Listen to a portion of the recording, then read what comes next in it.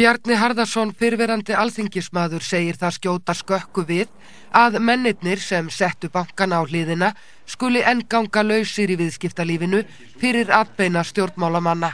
Hann segir fjölmiðla leika stórt hlutverk í óeðlilegum tengslum stjórnmála og viðskiptalífs.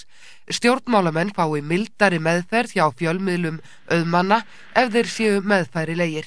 Þetta hefur verið mjög áberandi meðal stjórnmálamanna í mínum flokki, Framsóknarflokknum, og þetta er líka mjög áberandi í því hvernig silkihönskum iðulega beitt gagnvart samfylkingunni og því sem hún að gera í stjórnmálum hér á landi og gerir ekki, aðgerðaleysi hennar. Því að núna blasir það við að þessir auðhringar þeir komast upp með það að kaupa landið öðru sinni eftir að þeir eru búnir að setja það einu sinni á hausinn og það stendur ekki til að stoppa þá. En ertu að segja að stjórnmálamenn séu mildari við þessa menn af því að þeir óttist vonda umfjöllun í fjölmiðlum? Ég að segja þessum mönnum tekst að kúa stjórnmáluna töluverðu leyti á. Og ég held að stjórnmálamenn séu afskaplega mikið undir það seldir að hafa fjölmiðlana með sér.